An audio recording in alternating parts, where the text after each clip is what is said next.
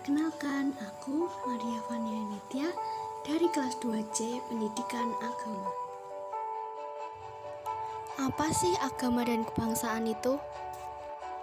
Apa yang akan kita pikirkan tentang hal itu? Apakah saling berhubungan atau bertentangan? Kebangsaan itu sendiri merupakan cara pandang kita mengenai diri sendiri dan tanah air, dengan mengutamakan persatuan dan kesatuan dalam kehidupan berbangsa dan bernegara dengan masyarakat. Dalam kebangsaan itu biasa dikenal dengan adanya nasionalisme. Apa itu nasionalisme? Nasionalisme itu merupakan hal yang mempunyai sifat sakral dan teologis, oleh karena itu dapat digunakan untuk menggambarkan suatu minoritas di dalam negara. Nasionalisme memiliki arti yaitu keadaan tertentu yang dapat menyatukan sejumlah masyarakat dalam suku, bangsa, budaya, agama, dan adat istiadat, supaya tercipta sebuah kehidupan yang damai dan tolong-menolong. Seperti yang kita tahu, bahwa di Indonesia merupakan negara yang memiliki banyak suku, bahasa, budaya, dan agama. Nah, pada contoh ini banyak anak-anak muda yang berbeda suku dan budaya, yang menggunakan pakaian adat masing-masing mereka tinggal, dan mereka pun nampak hidup damai dan saling mendukung di dalam suatu perbedaan. Kemudian agama itu sendiri seperti yang kita tahu, ada Islam, Kristen, Katolik, Hindu, Buddha, dan Konghucu. Dalam kehidupan di tengah masyarakat yang majemuk, kita tidak bisa menghindari perjumpaan kita dengan orang-orang yang berbeda agama atau keyakinan. Walaupun agama di Indonesia sangatlah beragam, namun pasti di setiap ajaran agama yang kita anut, pasti diajarkan untuk saling mencintai sesama dan menghargai adanya perbedaan. Nasionalisme sangat erat dengan proses penciptaan suatu bangsa dan kehadiran yang tergantung pada komunitas yang lebih luas. Nasionalisme sebagai suatu bentuk cinta kepada bangsa yang merupakan penerjemah kesan pesan suci yang ada di dalam agama, yang meliputi perilaku manusia itu sendiri. Contohnya, pada sila yang pertama, ketuhanan yang Maha Esa. Nilai ketuhanan yang dijadikan pada isi pertama memiliki arti bahwa Tuhan sebagai pedoman utama bagi manusia untuk menjalin kehidupan agama dan kebangsaan, dan tidak dapat dipisahkan karena sangat berhubungan, dan Indonesia telah dikatakan sebagai bangsa yang dikenal sebagai bangsa yang religius. Agama memberi kebebasan kepada kita, namun agama juga merupakan suatu batasan dalam hak dan kewajiban. Masyarakat di Indonesia mempunyai berbagai macam perbedaan, dan itulah yang sebagai gambaran beragamnya Indonesia yang dapat dirangkai dalam Bhinneka Tunggal Ika. Bhinneka Tunggal Ika menggambarkan suatu persatuan dan kesatuan bangsa Indonesia yang tercipta dari suatu bangsa, bukan dari perpecahan maupun dari perbedaan itu sendiri. Nah, kali ini aku mau membahas juga terkait kontribusi generasi milenial bagi bangsa. Menurut kalian, apa sih sumbangsi generasi milenial untuk bangsa dan negara?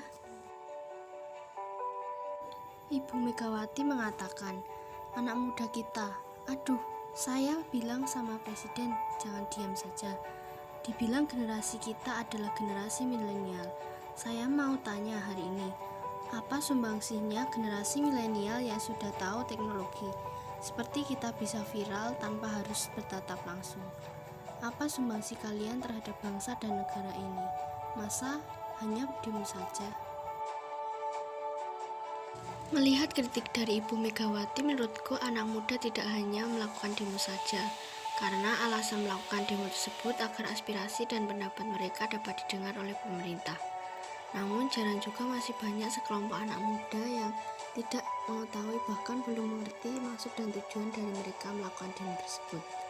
Kontribusi untuk bangsa sendiri dapat ditunjukkan melalui berbagai cara, tidak hanya dengan demo saja agar pendapat didengar, tetapi dapat dilakukan dengan memulai dari diri kita sendiri, misalkan dengan belajar menghargai orang lain.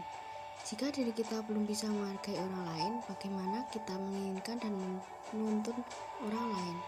Banyak anak muda yang melakukan hal negatif hanya untuk kepentingan tertentu. Namun tak jarang juga anak muda dan generasi milenial memberikan kontribusi bagi negara. Contohnya, anak muda mulai membangun gerakan solidaritas yang toleran. Ilustrasi medsos merupakan salah satu bentuk bela negara milenial yang kekinian dan rawan dikelilingi hoak. Namun para milenial sudah cerdas dan mencari fakta dari berbagai sumber. Para milenial mampu mengekspresikan diri dengan banyak hal multitalenta.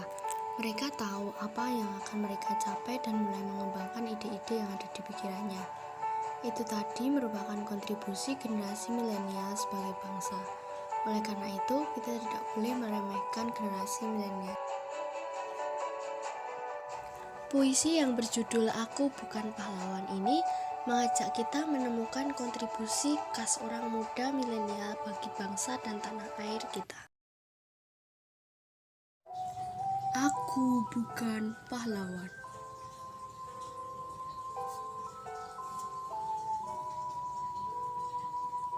Apa makna memanggul senjata? Apa makna maju ke medan laga? Sementara aku hidup di masa jaya, tatkala negara telah lama merdeka. Bagaimana agar hidup bermakna? Haruskah seperti tuanku Imam Bonjol? Haruskah bak Pangeran Diponegoro? Ataukah bagaikan Dewi Sartika? Sedangkan peperangan saat ini tidaklah bermakna fisik.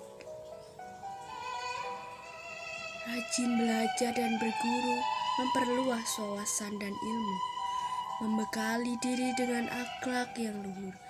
Mungkin itulah yang dapat aku lakukan untuk menjadi seorang pahlawan. Selain itu, kita bisa belajar dari para tokoh-tokoh pendahulu. Sebagai seorang pribadi yang menganut agama tertentu, tetapi sekaligus memiliki komitmen terhadap kemerdekaan dan keutuhan bangsa Indonesia. Pada kesempatan ini, aku ingin menyampaikan tokoh yang berani berpendapat, khususnya bagi kita sebagai generasi milenial yang terpanggil untuk ambil bagian dalam kehidupan berbangsa dan bernegara. B.J. Habibie yang lahir di Sulawesi Selatan pada tanggal 25 Juni 1936 dan meninggal di Jakarta pada 11 September 2019, beliau merupakan Presiden RI ketiga. Pada ungkapan atau pendapat yang dibincangkan B.J. Habibie pada salah satu video yang sekilas saya lihat di YouTube, yang menarik bagi saya yaitu memanfaatkan prasarana yang ada untuk mendapatkan informasi yang dapat digunakan untuk membangun bangsa. Oleh karena itu, semua manusia diberikan waktu yang sama, yaitu 24 jam. Dan dari waktu itu, setiap manusia harus bisa memanfaatkan waktu dengan sebaik-baiknya. Nah, kita sebagai manusia harus bijak akan menerima segala bentuk perbedaan pandangan sebagai kekayaan. Karena jika kita menghargai dan menerima perbedaan, berarti kita memiliki jiwa kebangsaan dan beragama yang tinggi. Jadi kita sebagai manusia tidak dapat memisahkan agama dari kebangsaan, sebab di dalam kebangsaan itu terdapat ajaran agama dan sebaliknya. Di dalam ajaran agama itu ada rasa nasionalisme atau kebangsaan.